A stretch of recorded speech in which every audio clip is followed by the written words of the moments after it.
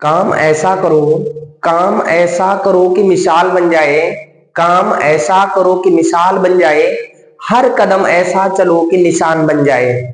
काम ऐसा करो कि मिसाल बन जाए, हर कदम ऐसा चलो कि निशान बन जाए। यहाँ जिंदगी तो हर कोई काट लेता है, यहाँ जिंदगी तो हर कोई काट लेता है। जिंदगी जियो इस कदर कि मिसाल बन जाए, जिंदगी जियो इस कदर कि मिसाल बन जाए। नमस्कार प्यारे बच्चों, टारगेट विद रचित संस्थान के ऑनलाइन प्लेटफॉर्म पर मैं रचित सर नित्य प्रति की तरह आज आप सभी का टारगेट विद रचित संस्थान के इस ऑनलाइन प्लेटफॉर्म पर आप सभी का हार्दिक स्वागत करता हूं। आशा और उम्मीद करता हूं कि आप सभी स्वस्थ होंगे, मस्त होंगे, व्यस्त होंगे, जबरदस्त होंगे और जहां भी होंगे जिंदाबाद होंगे और अपनी पढ़ाई को सुचारू रूप से क्रियान्वित कर रहे होंगे। जैसा कि आप सभी को पता है कि हम लोग नित्य प्रति की भांति इस समय सीटेट जुलाई 2024 की परीक्षा को लेकर सीटेट जुलाई 2024 की परीक्षा को दृष्टिगत रखते हुए सारी चीजों के प्रैक्टिस सेशन को लेकर आ रहे हैं। इस समय हमने आपको बताया हुआ था कि हम लोग गणित के प्रैक्टिस सेशन पर बात कर रहे हैं। आगे आने वाले टाइम में हम लोग हिंदी के प्रैक्टिस सेशन पर बात करेंगे।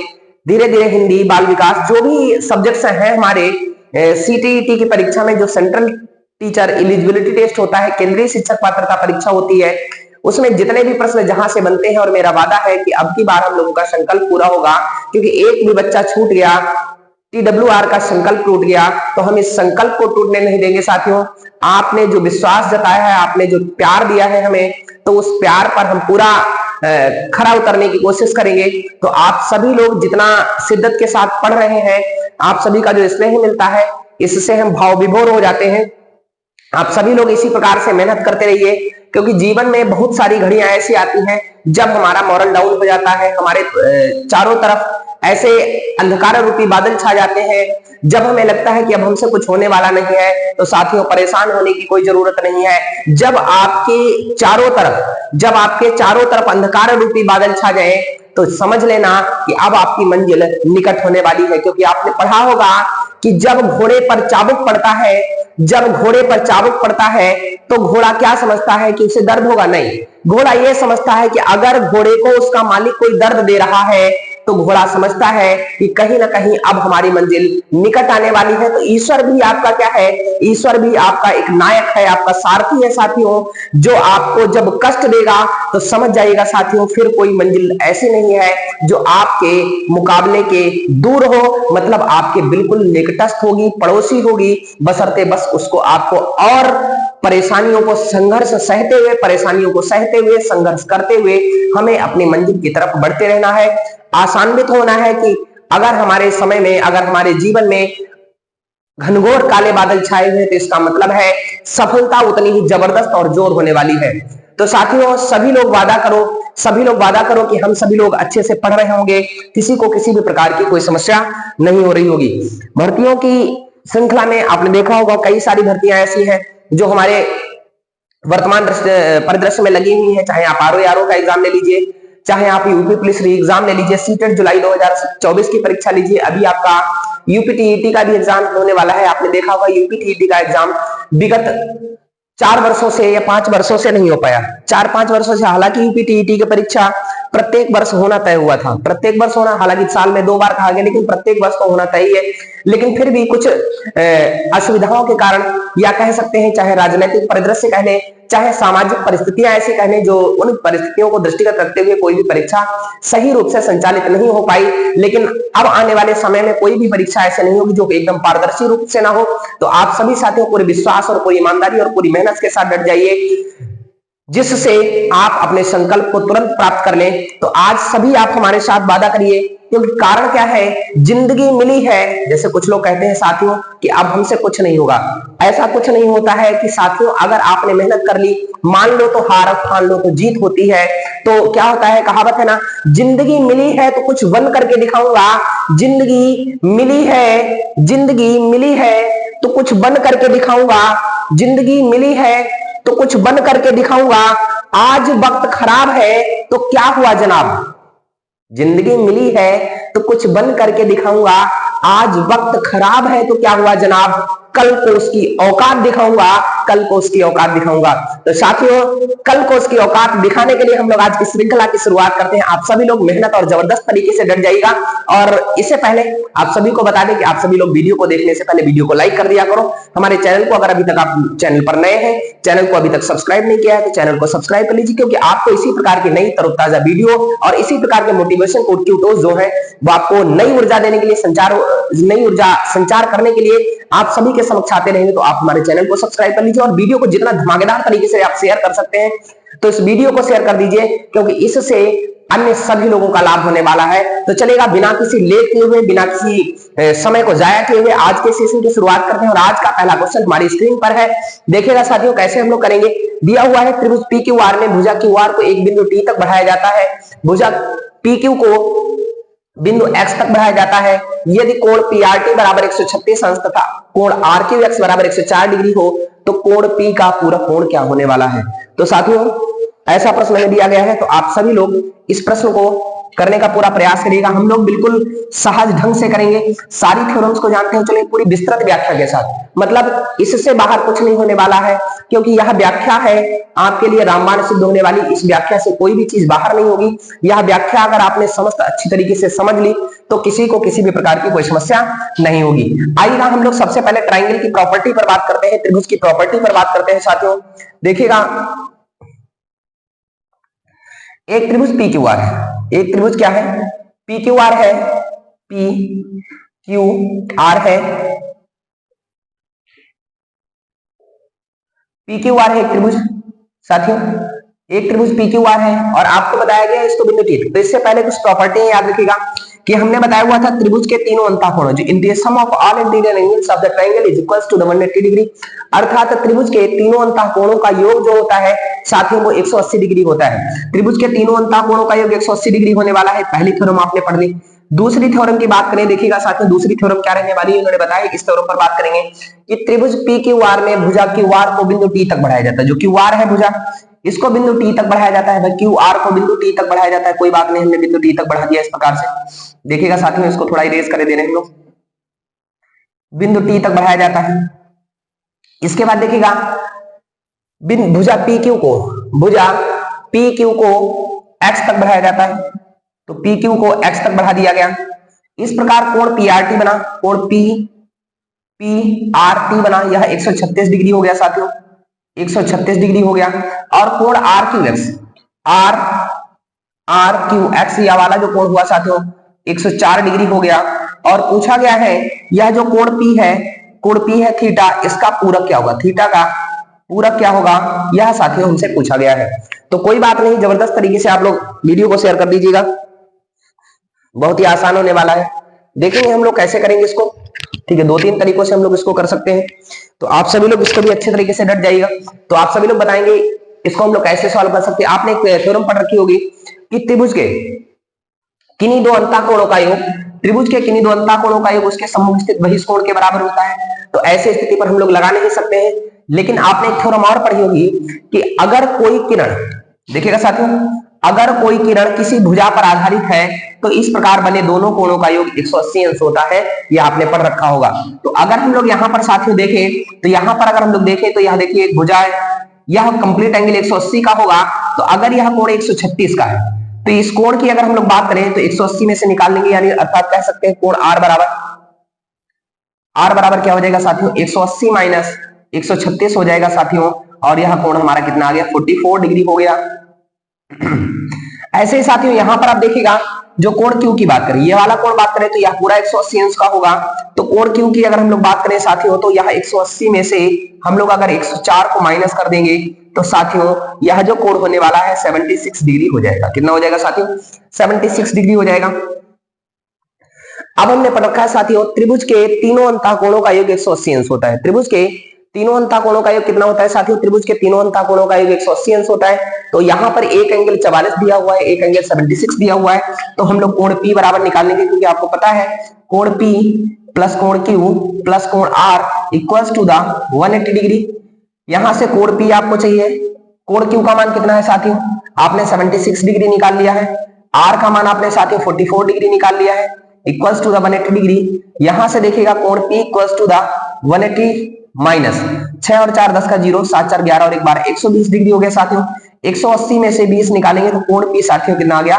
60 डिग्री आ गया। कोण P साथियों कितना आ गया? 60 डिग्री आ गया। अब आप लोग सोचेंगे ऑप्शन में आपको 60 भी मिलेगा, लेकिन यहाँ पर हमें डरना मतलब सोचना नहीं है, गलत नहीं करना है, क्योंकि थोड़ा सा भी अगर चूक गए तो आपका आंसर गलत हो जाएगा। हमसे पूछा गया है इस कोण P का पूरक कोण क्या होगा। अब आप पढ़िएगा पूरक कोण यानी कॉम्प्लीमेंट्री एंगल। हमने पिछली वाली क्लास में बताया था there are two types of angle, अर्थात हमने बताया हुआ था कॉम्प्लीमेंट्री एंगल क्या होता है, सप्लीमेंट्री एंगल क्या होते हैं। हमने बताया हुआ था साथियों जब दो कोणों का योग 90 डिग्री हो जाए तो उसको हम लोग कॉम्प्लीमेंट्री एंगल कहते हैं, और जब दो कोणों को जोड़ने पर मतलब वह कोण और उसका पूरक कोण उनको जोड़ने पर 90 डिग्री मिल जाए तो पूरक कोण, और जब 180 डिग्री मिल जाए साथियों तो समपूरक कोण कहलाता है। तो यहाँ पर हमें पूरक चाहिए, इसका मतलब इस कोण और इसका जो पूरक होगा उसको जोड़ने पर 90 डिग्री मिलेगा। तो हम कोण P का पूरक निकालने के लिए कोण P का पूरक निकालने के लिए साथियों इसको क्या कर देंगे, 90 में से घटा देंगे, 90 में से 60 को घटा देंगे तो साथियों हमारे इस प्रश्न का जो आंसर हो जाएगा वो कितना हो जाएगा? 30 डिग्री हो जाएगा, जो कि आपके सामने स्क्रीन पर है। तो आशा और उम्मीद करते हैं कि आप सभी को यह थ्योरम और विस्तृत तरीके से इसकी विवेचना समझ में आ गई होगी। इस प्रश्न का आंसर 30 डिग्री कैसे आया, हमने आपको सारी बातें बताई। देखिएगा हमने बताया हुआ था इन दोनों कोणों का योग 180 होता है तो हमने 44 निकाल लिया, इनका 180 होता है तो 76 निकाल लिया, दोनों को जोड़ के हमने 180 से माइनस कर दिया तो थीटा निकाल लिया। और जब साथियों थीटा निकला है इसका पूरक पूछा गया तो हमें पता है दो पूरक कोणों का जोड़ 180 होता, सॉरी 90 होता है, तो हम लोग क्या करेंगे 90 में से इसको घटा देंगे तो पूरक हो जाएगा। अब ना मान लो देख लीजिए या थीटा था और या उसका पूरक था, 60 में 30 जोड़िए 90 मिल जाएगा आपको। तो साथियों ये हमारे पहले प्रश्न का आंसर रहा। तो पूरा सभी को समझ आया होगा। अगर आपने अभी तक वीडियो को लाइक नहीं किया है तो वीडियो को भाई सभी लोग लाइक कर दिया करिए। देखो वीडियो को लाइक कर दोगे तो हमें थोड़ा ऊर्जा मिलेगी, तो आप सभी लोग वीडियो को लाइक जरूर किया करें। आप सभी लोग वीडियो को देखते तो हैं लेकिन लाइक करने में बहुत कंजूसी करते हैं, तो हमें कंजूसी नहीं करनी है, वीडियो को धमाकेदार तरीके से लाइक किया करें। आपका ये हमारी गुरुदक्षिणा के स्वरूप में होता है, आपसे हमें प्रेरणा मिलती है, ऊर्जा मिलती है और हम नई वीडियो को लेकर प्रस्तुत होते हैं। तो आप सभी लोग एक बार वीडियो को जरूर लाइक कर दिया करिए और वीडियो को शेयर कर दीजिए। अगर अभी तक आपने वीडियो को शेयर नहीं किया तो वीडियो को शेयर कर दीजिएगा। चलेगा, हम लोग बिना किसी देर को किए हुए सेकंड क्वेश्चन की बात करते हैं। आएगा साथियों सेकंड क्वेश्चन पर पढ़ते हैं।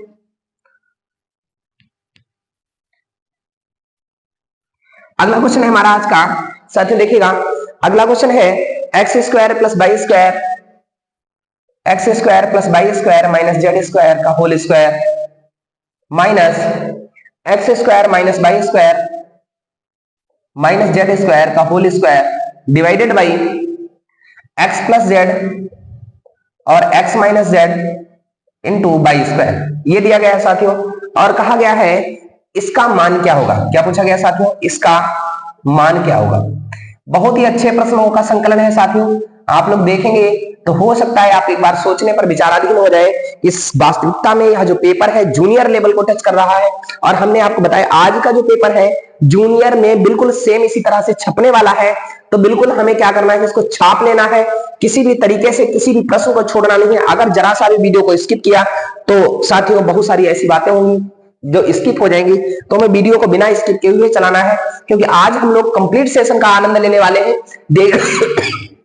देखिएगा साथियों यहां पर अगर हम लोग बात करें, अगर हम इस वाली वैल्यू को a मान लें और इस वाली वैल्यू को b मान लें, इस वाली वैल्यू को a मान लें और इस वाली वैल्यू को b मान लें, तो साथियों यहां से देखिएगा हमारा क्या हो जाएगा, a square minus b square हो जाएगा। और आपने पढ़ रखा होगा a square minus b square बराबर हो जाएगा, a square minus b square बराबर हो जाएगा a प्लस बी और a minus b, a plus b और a माइनस बी हो जाएगा। अर्थात हम एक बार a में b को जोड़ लेंगे और एक बार a में b को हम लोग क्या कर देंगे, घटा देंगे।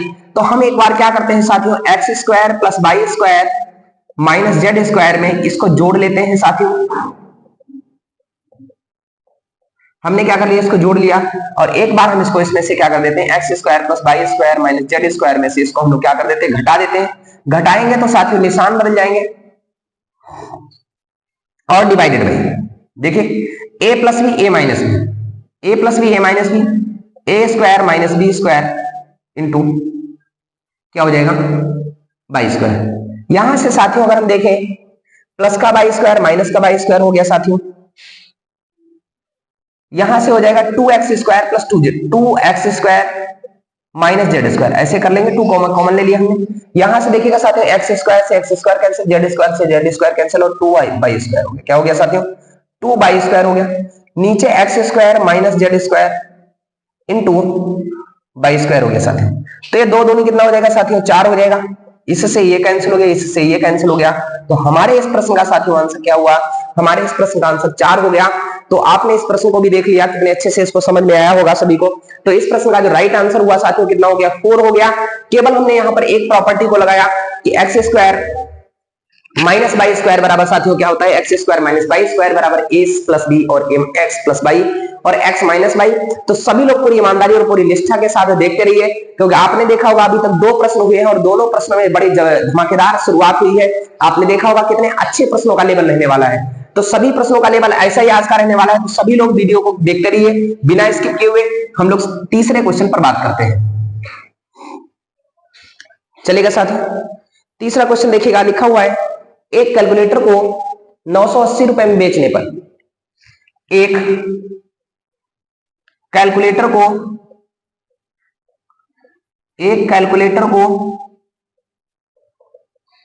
980 रुपए में बेचने पर, एक कैलकुलेटर को 980 रुपए में बेचने पर 6.2/3% की हानि होती है, हानि होती है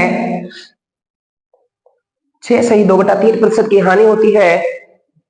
इसको कितने रुपए में बेचें, इसको कितने रुपए में बेचें, कितने रुपए में बेचें ताकि 8% का लाभ प्राप्त हो, 8% का लाभ प्राप्त हो। यह साथियों हमसे पूछा गया है। तो आप सभी लोग इसको लगाने का प्रयास करिएगा। हमसे पूछा गया एक कैलकुलेटर को जब 980 रुपए में बेचा जाता है, 980 रुपए में जब बेचते हैं तो हम लोगों को 6.2/3% की क्या होती है साथियों, हानि होती है। अब कह रहे हैं कि इसको कितने रुपए में बेचें ताकि 8% का लाभ हो जाए। तो सभी लोग लगाने का प्रयास करिएगा। आइएगा देखते हैं कि इस प्रश्न का आंसर क्या रहने वाला है। देखिएगा अगर हम लोग यहां से करें, देखो आप लोगों ने पढ़ रखा हुआ हानि होगी। अगर सिंपल फ्रैक्शनल वैल्यू ना होती, 6% की हानि होती, तो हमें पता है 6.2/3% की हानि का मतलब ये हुआ साथियों 93 होल 1/3 पर बेचा गया होगा।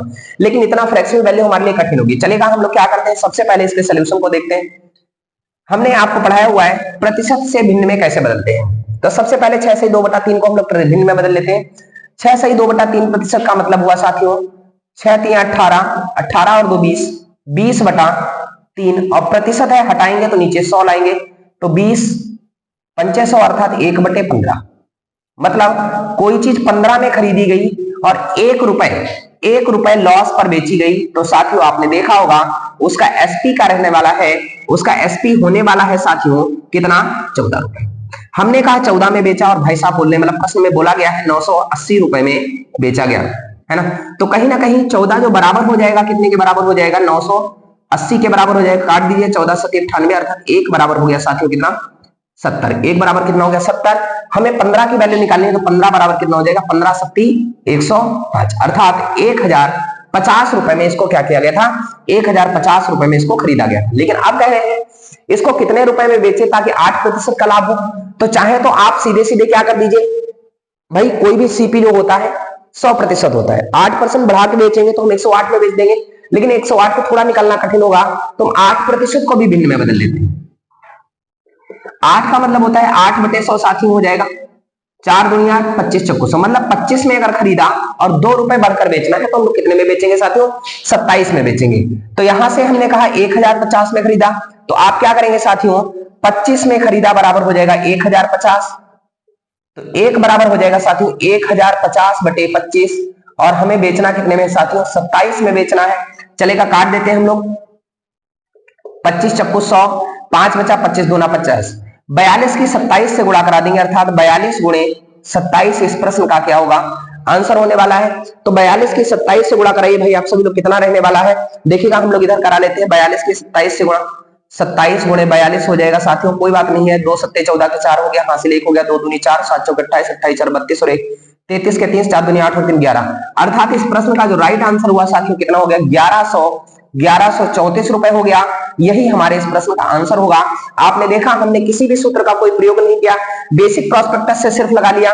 हमने क्या बताया, 6 से ही 2/3 सबसे पहले हमने इसको किस में बदल लिया साथियों, सबसे पहले हमने इसको भिन्न में बदल लिया।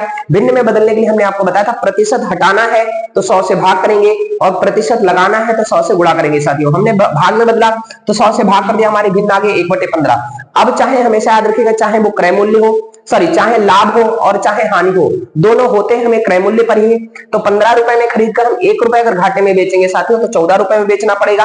प्रश्न कह रहा था 980 में बेचा, दोनों को बराबर कर दिया हमने, क्रय मूल्य निकाल लिया 1050। सेकंड कंडीशन हमें दे रखी थी 8% लाभ पर बेचे, तो 8% को हमने भिन्न में बदला, 2/25 है, मतलब 25 में खरीदा, 2 रुपए लाभ पर बेचोगे साथियों तो 27 में बेचना पड़ेगा। तो 25 बराबर हमने 1050 के करा दिया, 27 की वैल्यू निकाल ली, 1134 रुपए आ गए हमारे इस प्रश्न का आंसर। तो साथियों यह प्रश्न भी आपको समझ में आ गया होगा। आप देख रहे होंगे प्रश्न कितने जबरदस्त रहने वाले हैं आज, और कितने कठिन है और कितने सहज तरीके से हम लोग इनको सॉल्व कर रहे हैं। तो आप सभी लोग वीडियो के अंत तक बने रहिएगा। हम लोग नेक्स्ट क्वेश्चन की शुरुआत करते हैं। अगला क्वेश्चन है साथियों, देखिएगा बहुत ही बढ़िया प्रश्न रहने वाला है। नेक्स्ट क्वेश्चन है हमारा, यदि कोण x का पूरक कोण, यदि कोण x का पूरक कोण, यदि कोण x का पूरक कोण 4x के संपूरक के बराबर है, 4x के संपूरक के 4x के संपूरक के बराबर है और कोण y का संपूरक, और कोण y का संपूरक, और कोण y का संपूरक अपने पूरक का 4 गुना है, अपने पूरक का 4 गुना है, अपने पूरक का 4 गुना है, तब x प्लस वाई का मान किसके बराबर होगा, x प्लस वाई का मान किसके बराबर होगा। चलेगा, सभी लोग लगा दीजिएगा। बहुत ही आसान तरीके से हम लोग इसको करने वाले हैं, ठीक है। तो सभी लोग ध्यान से लगाइएगा, क्योंकि आप देख रहे होंगे प्रश्नों की प्रकृति रोज की अपेक्षा जैसे जैसे हम लोग बढ़ते चला जाएंगे, हमारा टाइम पीरियड बढ़ता चला जाएगा, तो हम लोगों के प्रश्न की प्रकृति भी उसी हिसाब से इंक्रीज होती जाएगी। लेकिन पेपर की गारंटी है हमारी कि पेपर का कोई भी प्रश्न इन लेवल से अगर फैक्चुअल डाटा पर बनता है तो यहां से बाहर नहीं। अभी हम लोग शिक्षण के भी प्रश्नों को करेंगे, आप देखेगा कितनी सहज तरीके से जो हमने संकल्प लिया है अब की बार 130 पार का, तो आप लोग वादा हम करते हैं, विश्वास बनाए रखिएगा। तो 130 पार का जो संकल्प हमने लिया है वो पूरा होकर रहेगा। बस आप सभी लोगों का साथ और स्नेह बना रहे, वीडियो को शेयर कर दीजिएगा सभी लोग। चलेगा, देखिएगा हम लोग बात करते हैं पूरक कोण और संपूरक कोण की। अगर हम लोग पूरक कोण की बात करें साथियों, देखिएगा हमने अभी बताया हुआ था पूरक कोण क्या होता है। जब दो कोणों को जोड़ने पर 180 में अंश मिलता है, जब दो कोणों को जोड़ने पर 180 अंश मिलता है तो साथियों इसी को हम लोग कहते हैं पूरक कोण। सॉरी, गलती हो गई भाई। जब दो कोणों को जोड़ने पर 90 अंश मिलता है, जब दो कोणों को जोड़ने पर 90 अंश मिलता है तो उसको पूरक कोण कहते हैं। और जब दो कोणों को जोड़ने पर 180 अंश मिलता है तो उसको हम लोग क्या कहते हैं, समपूरक कोण कहते हैं, अर्थात सप्लीमेंट्री एंगल कहते हैं। आएगा कंडीशन नंबर फर्स्ट के आधार पर बात करते हैं। यदि कोण x का पूरक, x का पूरक क्या होगा साथियों, 90 माइनस x होगा। x का संपूरक 4x का जो पूरक है 4x के संपूरक, तो 4x का संपूरक साथियों क्या होगा, 180 माइनस 4x होगा। 4x के संपूरक के बराबर है, ठीक है, 4x के संपूरक के बराबर है। चलेगा, यहां से हम लोग इसको अगर सरल कर लें साथियों, इसको इधर भेज दीजिए, 4x इधर आएगा, प्लस का हो जाएगा, 4 में से x गया 3x बचेगा, और बराबर ये 90 उधर चला जाएगा, 180 माइनस 90 करेंगे साथियों तो 3x बराबर हो जाएगा कितना साथियों, 3x बराबर हो जाएगा 90, और x की वैल्यू साथियों आ जाएगी, x की वैल्यू 30 डिग्री आ जाएगी। यह हमने कंडीशन फर्स्ट के आधार पर देख लिया। सेकंड कंडीशन दे रखी है, और कोण y का संपूरक, तो y का संपूरक साथियों, y का जो संपूरक है साथियों वो बराबर है किसके, अपने पूरक का 4 गुना है। तो y का जो संपूरक हुआ, तो y का संपूरक अपने पूरक का, मतलब y के अपने पूरक का 4 गुना है ना। तो चलिए y का संपूरक साथियों कितना होगा, 180 माइनस y होगा। बाई का पूरक कितना होगा साथियों 90 माइनस बाई, और इसका 4 गुना है तो गुणे 4 करा देंगे। यहां से साथियों अगर हम इसको सरल करें तो देखिएगा 180 माइनस बाई बराबर 9 चौके 36 360 हो गया माइनस 4 बाई। अब यहां से देखिएगा 4 बाई इधर आएगा तो 3 बाई रह जाएगा, और 180 उधर जाएगा तो घट जाएगा तो कितना रह जाएगा साथियों 180 रह जाएगा। 3 छक 18 हो गया, अर्थात बाई की वैल्यू साथियों कितनी आई, बाई की वैल्यू साथियों 60 डिग्री आ गई। आपसे पूछा गया है what is the value of x plus by, तो x की वैल्यू भी साथियों हमारे सामने है और बाई की भी वैल्यू हमारे सामने है, तो हम लोग x प्लस बाई का मान निकाल देंगे। तो x का मान जो है साथियों 30 है, बाई का मान हमारा 60 आया है। तो हमसे पूछा गया तो इस प्रश्न का जो राइट आंसर होगा साथियों कितना हो जाएगा, राइट आंसर साथियों 90 हो जाएगा। तो आप सभी लोगों को बहुत अच्छे से समझ में आ गया होगा। आप प्रश्नों की प्रकृति को देख रहे होंगे, बहुत ही कठिन है, लेकिन फिर भी हम लोग बहुत ही सुगम तरीके से इसको करते हुए चले जा रहे हैं। तो गर्मी बहुत है साथियों, गर्मी है तो गर्मी में फिर भी हम आप लोग सभी लोगों के साथ हैं। तो मेरा पूरा प्रयास रहेगा, क्योंकि हमने बताया था कि हम कभी भी हटने वाले नहीं है, क्योंकि जिंदगी मिली है तो कुछ बनकर दिखाऊंगा। हमने अभी बताया हुआ था जिंदगी मिली है तो कुछ बनकर दिखाऊंगा।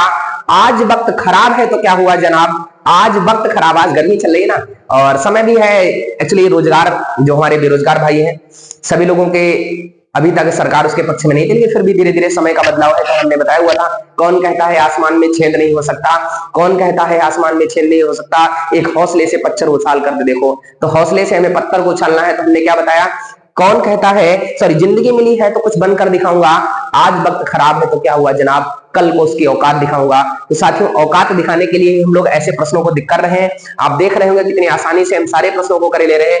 तो ऐसे ही आप सभी लोग इन प्रश्नों की श्रृंखला को सॉल्व करते रहिएगा। वादा है कि आप सभी लोगों को यहां से पेपर में बहुत ही लाभ मिलने वाला है, इतना ज्यादा लाभ मिलने वाला है कि आप सभी लोग सोचेंगे कि वास्तविकता इस श्रृंखला को हमने सॉल्व करके जो रचित सर ने वादा किया हुआ था कि संजीवनी साबित होने वाला है, तो वास्तविकता यह आपके लिए संजीवनी सीरीज है। शिक्षक सीरीज को हम संजीवनी सीरीज भी कह सकते हैं, और शिक्षक भी आपको एक संजीवनी की भांति मार्गदर्शन करता रहता है। आइएगा नेक्स्ट क्वेश्चन की हम लोग शुरुआत करते हैं। अगला क्वेश्चन हमारा साथियों है, किसी ठोस लंबवृत्तीय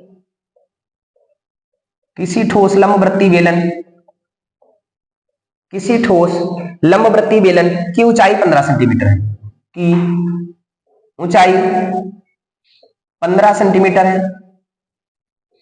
किसी ठोस लंबवृत्तीय बेलन की ऊंचाई 15 सेंटीमीटर है, यदि इसके वक्रपृष्ठीय क्षेत्रफल का 4 गुना, यदि इसके वक्रपृष्ठीय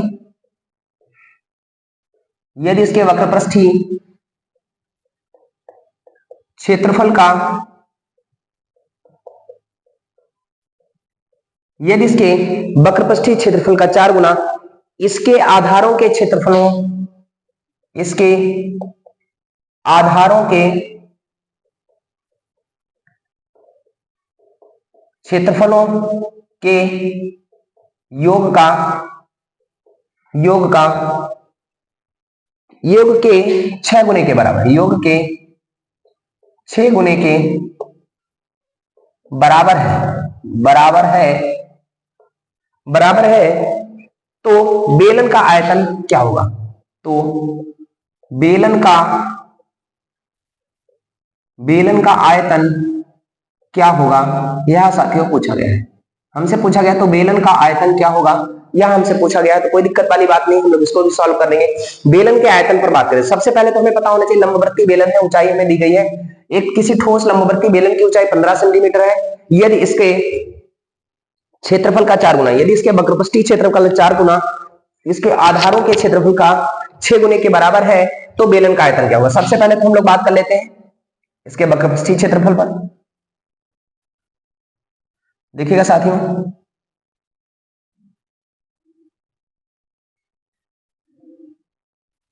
हम सबसे पहले बेलन पर बात करेंगे, सिलेंडर पर। बेलन की त्रिज्या r और ऊंचाई हमने मान ली साथियों, क्या h मान ली। यहां से देखिएगा, अगर हम लोग देखें बेलन का जो आधार होता है, बेलन का जो आधार होता है साथियों, बेलन का आधार वृत्ताकार होता है। बेलन का आधार साथियों कैसा होता है, वृत्ताकार होता है। अब वृत्ताकार, एक ऊपर का वृत्त, दो एक नीचे का वृत्त, अर्थात वृत्त का जो क्षेत्रफल होता है साथियों पाई r स्क्वायर होता है। तो आधारों के क्षेत्रफलों का योग कितना हो जाएगा साथियों, 2 पाई आर स्क्वायर हो जाएगा। दूसरा बात करते हैं वक्र पृष्ठ। वक्र पृष्ठ का मतलब होता है इसको ढकने के लिए, इसको ढकने के लिए, तो ढकने के लिए भाई इसको परिधि पर ढकेगा। भाई ऐसे अगर हम इस पर कपड़ा डालेंगे तो यह परिधि को ढकेगा प्लस ऊंचाई को ढकेगा। तो बेल वृत्त की जो परिधि होती है साथियों 2 पाई आर होती है, 2 पाई आर होती है, ठीक है। और इनटू हाइट लेगा तो 2 पाई आर एच हो जाएगा, अर्थात वक्रपृष्ठीय क्षेत्रफल साथियों क्या हो जाएगा 2 पाई आर एच। अब हमसे देखो साथियों बोला है वक्रपृष्ठीय क्षेत्रफल का 4 गुना, यानी वक्रपृष्ठ का 4 गुना इक्वल है आधारों के योग का, आधारीय क्षेत्रफल का, आधारीय क्षेत्रफल के योग का 6 गुना है। कितना गुना है साथियों 6 गुना रहने वाला है, ठीक है। तो चलेगा, देखिएगा अगर हम लोग बात करें बेलन के वक्रपृष्ठ का क्षेत्रफल, वक्रपृष्ठ का क्षेत्रफल होता है 2 पाई आर एच इंटू 4, 6 गुणे आधारीय क्षेत्रफल का योग 2 पाई आर स्क्वायर हो जाएगा। क्या साथियों हो जाएगा, 2 से 2 कैंसिल, पाई से पाई कैंसिल हो गया साथियों, आर से या एक आर कैंसिल हो गया, तो यहां से 4h इक्वल्स टू द हो गया 6r, 4h equals to the हो गया 6r हो गया। तो यहां से साथियों 2 दूनी 4, 2 3 6, यहां से 2h बराबर हो जाएगा साथियों 3r हो जाएगा। 2h बराबर कितना हो जाएगा 3r हो जाएगा। h की वैल्यू साथियों में दे रखी है 15 सेंटीमीटर है, तो 2 गुणे 15 बराबर 3r हो जाएगा, 3 × 5 = 15। तो r की वैल्यू साथियों यहां से निकल के आ गई, r की वैल्यू 5 दूनी 10 सेंटीमीटर आ गई। r की वैल्यू साथियों कितनी आ गई, r की वैल्यू 10 सेंटीमीटर आ गई। अब हमसे पूछा गया साथियों बेलन का आयतन क्या रहने वाला है, तो बेलन का आयतन साथियों क्या रहने वाला है, तो बेलन के आयतन पर अगर हम लोग चर्चा करें, जो वॉल्यूम ऑफ सिलेंडर होता है, वॉल्यूम ऑफ सिलेंडर होता है साथियों पाई आर स्क्वायर एच होता है, तो पाई इंटू आर स्क्वायर की बात करेंगे तो 10⁻100 हो जाएगा। एच की बात करें तो 15 है, 15 की 100 से गुणा करेंगे 1500 पाई घन सेंटीमीटर इस प्रश्न का आंसर हो जाएगा साथियों। तो सभी को बहुत ही अच्छे तरीके से, क्लियर तरीके से, बिल्कुल शीशे की तरह सारी चीजें साफ हो रही होंगी, किसी को किसी भी प्रकार की कोई समस्या नहीं हो रही होगी। तो सभी लोगों को इस प्रश्न का आंसर समझ में आ गया। तो भाई हमने क्या बताया, बेलन का आयतन क्या होता है, पाई आर स्क्वायर एच होता है। पाई आर स्क्वायर एच के माध्यम से हमने सारे प्रश्नों को क्या कर लिया, सॉल्व कर लिया। आइएगा हम लोग नेक्स्ट क्वेश्चन पर बात करते हैं, नेक्स्ट क्वेश्चन की पर चर्चा करते हैं। आप सभी लोग मेहनत से डटे रहिएगा, श्रृंखला अच्छी है। अगर सभी को वास्तविकता अगर लग रहा हो कि प्रश्नों की श्रृंखला अच्छी है, बहुत ही प्रश्न अच्छे हैं, जबरदस्त तरीके से सॉल्व करवाए जा रहे हैं, तो सभी लोग वीडियो को शेयर जरूर कर दीजिएगा, ठीक है। क्योंकि बहुत ही संघर्षों के बाद इस सीरीज को तैयार किया जाता है, उसको सॉल्व करवाया जाता है सारी चीजों को। तो आप सभी लोग इस वीडियो को शेयर करते रहिए, क्योंकि कोई भी साथी छूटना नहीं चाहिए, चलेगा।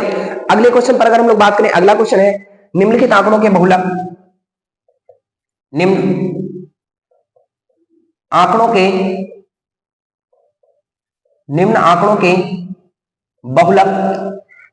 के बहुलक माध्यिका काम परिसर का माध्य क्या होगा, यह पूछा गया है। Mean, median, mode and range, सारी चीजों के ऊपर बात कर ली गई है। जो हमें संख्याएं दी गई हैं साथियों 9, 11, 4, 7, 10, 23, 21, 29, 33, 23, 18 यह श्रृंखला में साथियों दी गई है। तो इसका हमें सबसे पहले बहुलक चाहिए, तो सबसे पहले तो हम इनको आरोही क्रम में लिख लेते हैं। किसमें लिख लेते हैं साथियों, आरोही क्रम में लिख लेते हैं। आरोही क्रम में क्यों लिखा जाता है, ताकि हमें आंकड़ों को व्यवस्थित करने में कोई समस्या ना हो, आंकड़ों को व्यवस्थित करने में कोई समस्या ना हो। देखिएगा साथियों, सबसे पहले सबसे छोटी संख्या हो जाएगी 7, 7 के बाद सबसे उससे छोटी है 9, उसके बाद है 10, उसके बाद है 11, सॉरी सबसे छोटी साथियों अभी 4 भी है, सबसे छोटी क्या है साथियों 4, 11 हो गया। 11 के बाद बढ़ेंगे 18 हो जाएगा, 18 के बाद साथियों देखिएगा 21 हो जाएगा, 21 के बाद साथियों 23 हो जाएगा, फिर 23 हो जाएगा, फिर उसके बाद 29 हो जाएगा, फिर 33 हो जाएगा। आप संख्याओं को काउंट करिएगा, 3, 3, 6, 3, 9 और 2, 11 है, 3, 3, 6, 3, 9 और 2, 11 होंगे। यानी सभी आंकड़ों को हमने व्यवस्थित तरीके से लिख लिया। आप सबसे पहले बहुलक पर बात करेंगे साथियों, तो इसका बहुलक क्या हो जाएगा, तो बहुलक का मतलब होता है जिसकी फ्रीक्वेंसी, जिसकी आवृत्ति ज्यादा बार होती है, जिसकी आवृत्ति ज्यादा बार होती है साथियों, वही उस संख्या का बहुलक है होता है। आपने देखा होगा 23 श्रृंखला में 2 बार आया है, इसका मतलब इसका बहुलक क्या हो जाएगा साथियों, 23 हो जाएगा। अगर हम लोग बहुलक के बाद माध्यिका की बात करें तो हमने बताया था माध्यिका साथियों किस पर होती है, जब पदों की संख्या क्या हो, पदों की संख्या विषम, पदों की संख्या क्या हो साथियों, पदों की संख्या विषम हो। तो जब पदों की संख्या विषम होगी तो क्या हो जाएगा, n+1/2 वहां पद हो जाएगा। कौन सा हो जाएगा साथियों, n+1/2 वहां पद हो जाएगा। तो टोटल नंबर ऑफ टर्म की अगर बात करें तो यहाँ पर 3, 3, 6, 3, 9 और 11 पद होने वाले हैं। तो 11 + 1 करेंगे साथियों, 12वां पद हो जाएगा। तो 12 2 छंगा 12 अर्थात 6वां पद हो जाएगा। क्या हो जाएगा साथियों, 6वां पद हो जाएगा। 6 पद की बात करें 3 और 3 6 अर्थात इसकी माध्यिका जो हो गई साथियों कितनी हो गई, माध्यिका हो गई 18। इसके बाद पूछा रेंज इसकी क्या होगी, तो परिसर की बात करें, परिसर जो रेंज होती है साथियों हमने बताया हुआ था, यह क्या होती है, अधिकतम वैल्यू और माइनस न्यूनतम वैल्यू। तो अधिकतम मैक्सिमम नंबर जो मैक्सिमम आ रहा और minus minimum, maximum minus minimum अर्थात हम लोग 33 में से माइनस कर देंगे साथियों कितना, 9 माइनस कर देंगे तो यहाँ पर रहने वाला है कितना साथियों, 24 रहने वाला है। कितना रहने वाला है, 24 रहने वाला है। अब हमसे पूछा गया माध्य, माध्य क्या होता है, sum of all digit upon total digit, अर्थात सभी संख्याओं का योग, यानी सभी का योग बटे कुल संख्या हो जाएगा। बटे साथियों क्या हो जाएगा, कुल संख्या हो जाएगा। तो कुछ नहीं करना है, हमें पता है 3 डिजिट मेरे पास है, एक है बहुलक के स्वरूप में 23 प्राप्त है आपको, माध्यिका के स्वरूप में आपको साथियों 18 और परिसर के स्वरूप में 24 और डिवाइडेड बाय 3 हो जाएगा। तो जोड़ लीजिए 8 4 12 12 और 3 15 15 के 5 हो गया, हासिल 1 हो गया, 3 और 1 4 और 2 6 हो जाएगा। डिवाइड कर देंगे इसको साथियों, जो कट रहा है इसको काट देंगे, अगर नहीं कटेगा तो हम लोग यहीं पर छोड़ देंगे इसको, अगर नहीं कटता है तो इस प्रश्न का आंसर देख लीजिएगा साथियों क्या रहने वाला है, देखिएगा सभी लोग चेक करिएगा, ठीक है। फिर से एक बार चेक कर लीजिएगा साथियों, 4 7 9 बहुलक हो गया 23, पदों की संख्या विषम है 1 2 3 4 5 6 7 8 9 10 11 है, तो 11 12 6वां पद हो गया। तो 1 2 3 4 5 6 18 हो गया। इसके बाद पदों की हमने परिसर निकाल लिया 33, 33 में से 4 को माइनस कर दिया, सॉरी यहाँ पर गलती है भाई साथियों, 33 में से 4 को अगर हम लोग माइनस करेंगे तो यहाँ पर 29 बचेगा। कितना बचेगा, 29 बचेगा। तो यहाँ पर साथियों देखिए 29 हो जाएगा, 9 8 17 17 और 3 20, 17 और 3 20, 20 का 0 हो जाएगा, हासिल 2 2 4 2 6 और 1 कितना हो जाएगा, हासिल 2 हो गया, तो 2 और 2 4 और 1 5, 5 और 2 7 हो जाएगा। अभी भी साथियों चेक करिएगा कहीं पर कुछ गलती तो नहीं हो रही है।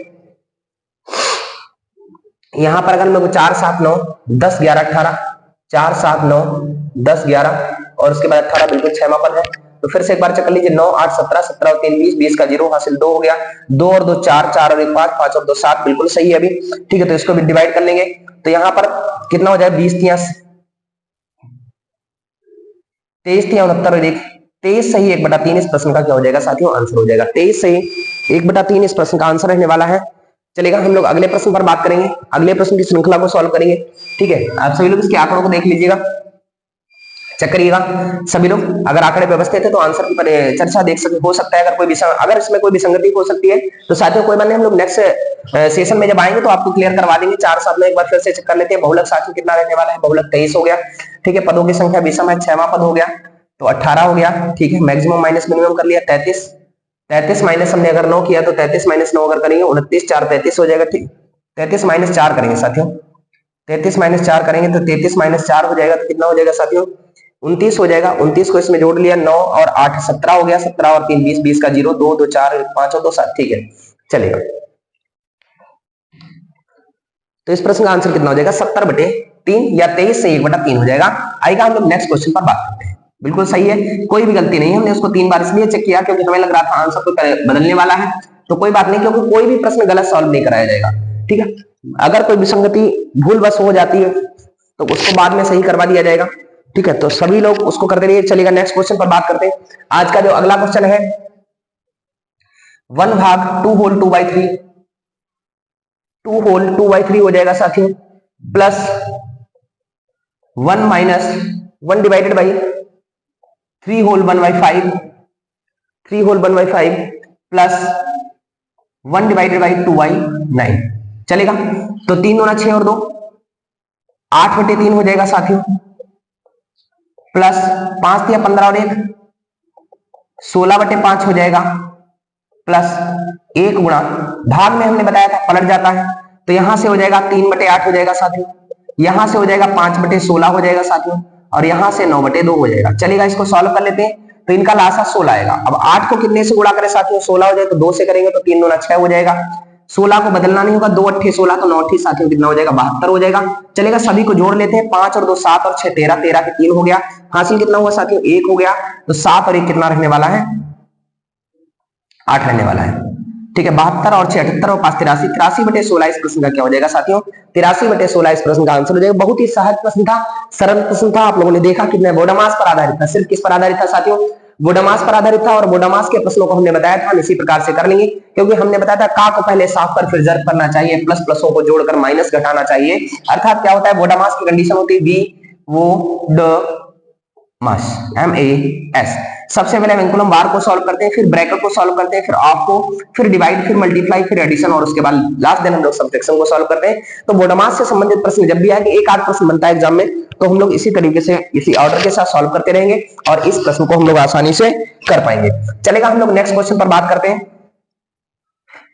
अगला क्वेश्चन साथियों जो रहने वाला है, देखिएगा अगला प्रश्न बहुत ही अच्छा है, दिया गया है, कुछ प्रेक्षण दिए गए हैं हमें। प्रेक्षणों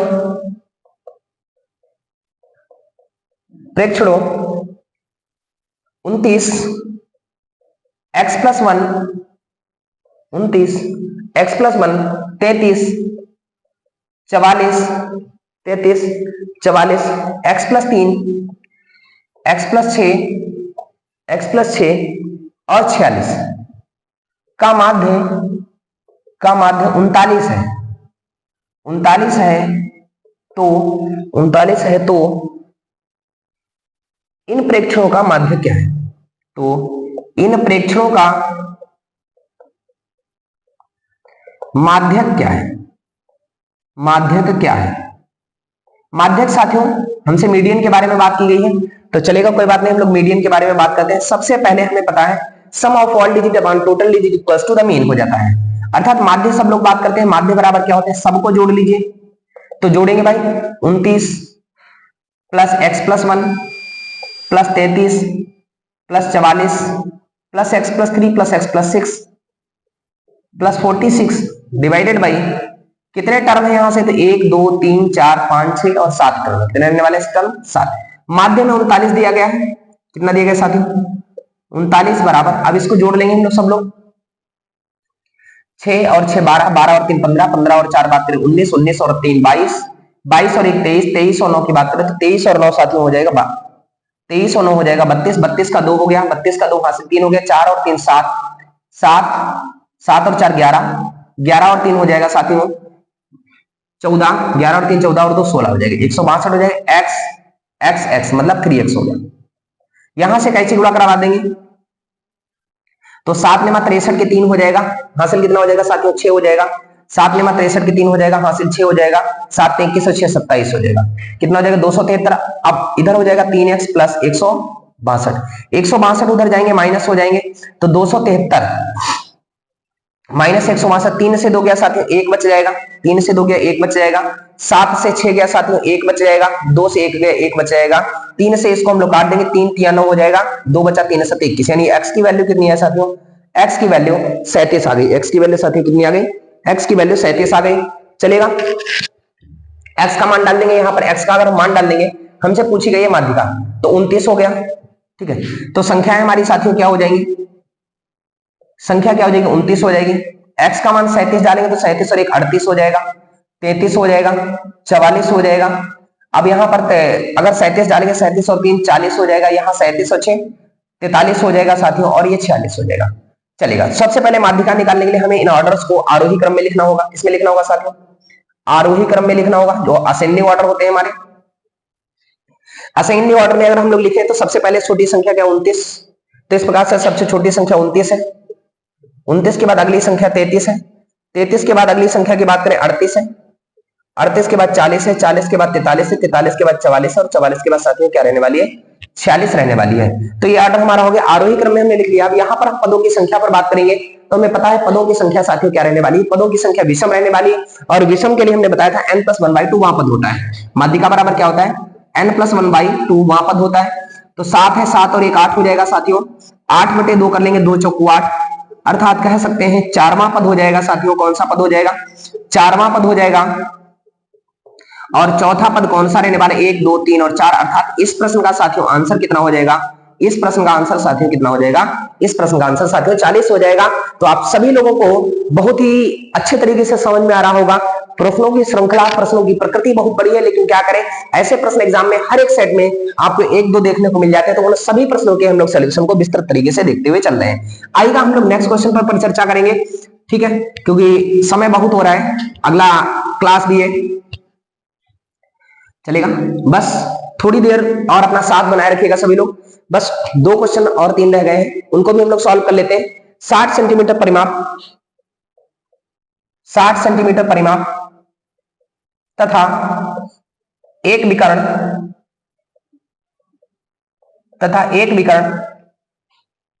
24 सेंटीमीटर वाले, 24 सेंटीमीटर वाले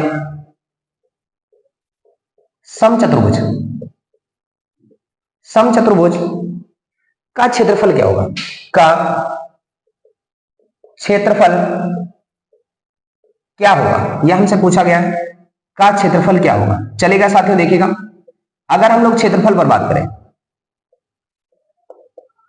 हमसे कहा गया एक समचतुर्भुज है, चलेगा।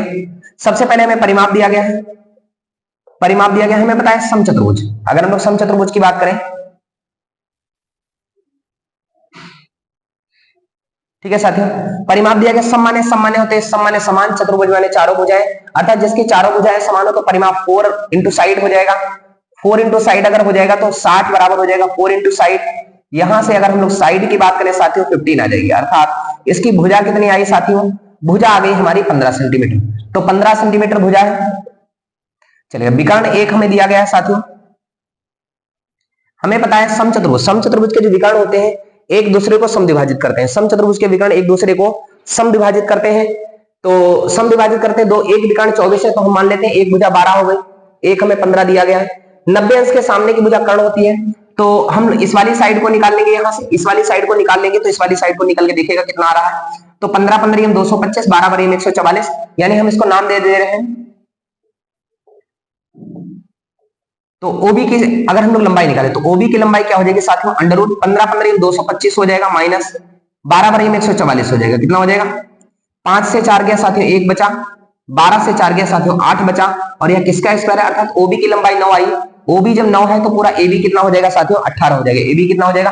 18 आ जाएगा।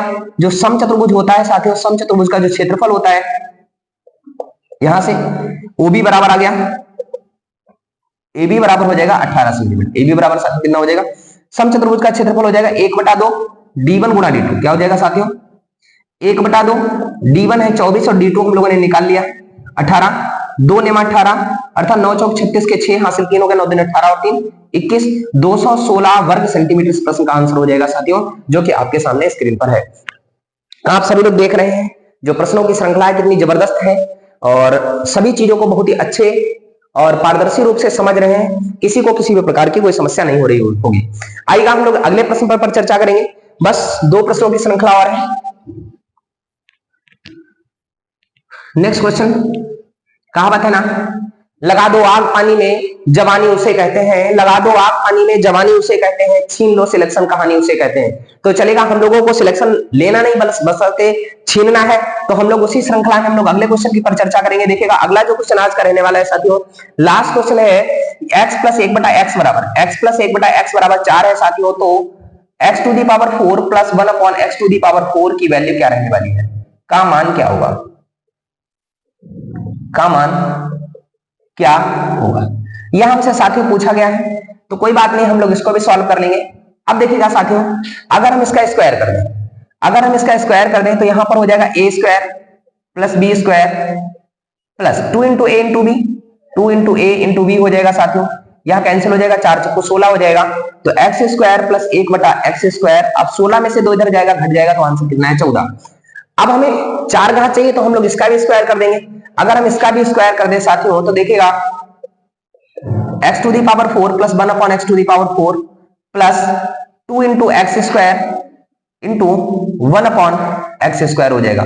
यहां से कैंसिल है, 14 का स्क्वायर 196 होता है साथियों, 2 उधर जाएगा, घट जाएगा, तो x की घात 4 प्लस x की घात 4 इक्वल्स टू कितना हो जाएगा 196 में से 2 माइनस हुआ साथियों, तो प्रश्न का आंसर हो गया 194 हो गया, जो कि आपके सामने स्क्रीन पर है। आपने देखा कितनी सरल तरीके से सॉल्व कर लिया। अब हमने इतना तब भी आपको बताया कि हम लोग क्या कर लेंगे, वर्ग कर लेंगे, लेकिन हम कुछ नहीं कर रहे हैं। जब भी कभी ऐसी सिंगल स्थिति दी हो तो हम क्या करिए, जो भी साइड दी गई है उसका स्क्वायर कर दीजिए और 2 को घटा दीजिए। देखिएगा साथियों, अब हमें 2 बार में जाना पड़ेगा, यहाँ एक बार 2 घात बनानी पड़ेगी, फिर 2 का स्क्वायर करेंगे तब जाके 4 बनेगा।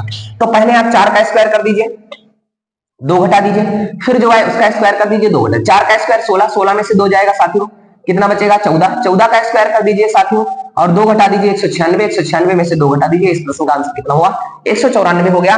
तो आपने देखा, हमने सेकंड टाइम में देखा और हमें कुछ नहीं करना पड़ा और हमने बहुत ही आसानी से इसको कर लिया।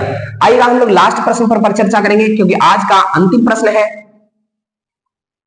अंतिम प्रश्न के साथ हम लोग आज के क्लास का समापन करेंगे। अंतिम क्वेश्चन दिया है, पूर्ण वर्ग संख्या प्राप्त करनी है। पूर्ण वर्ग संख्या प्राप्त करने हेतु, पूर्ण वर्ग संख्या प्राप्त करने हेतु 12500 में क्या जोड़े, क्या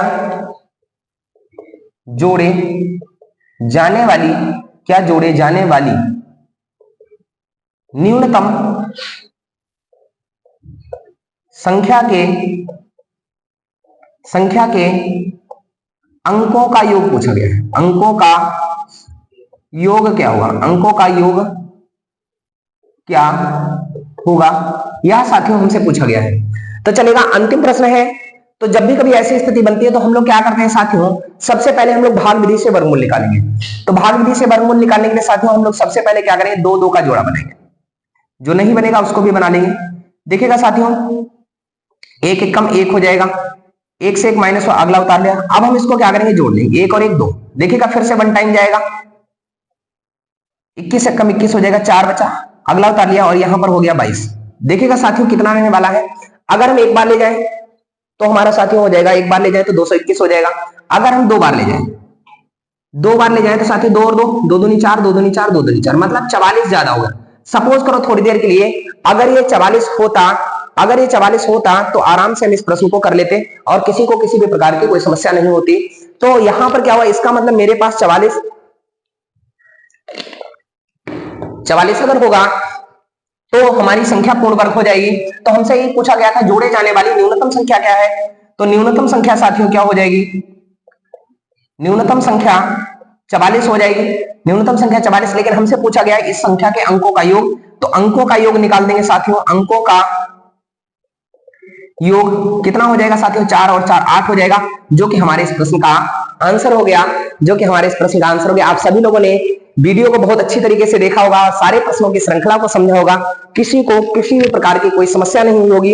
हो सकता है थोड़ा पैसेंस रखना पड़ा हो आपको, और कई सारे प्रश्न ऐसे लगे होंगे जो वास्तविकता आपको लगा होगा कि बहुत ही कठिन है, लेकिन फिर भी हमने उसको बहुत ही आसान से तरीके से करने का प्रयास किया। तो आप सभी लोग पूरी ईमानदारी और पूरी निष्ठा के साथ इस वीडियो में अंत तक बने रहे। तो इस वीडियो को देखने के लिए आप सभी का बहुत बहुत धन्यवाद। आपका दिन शुभ हो। जय हिंद, जय भारत।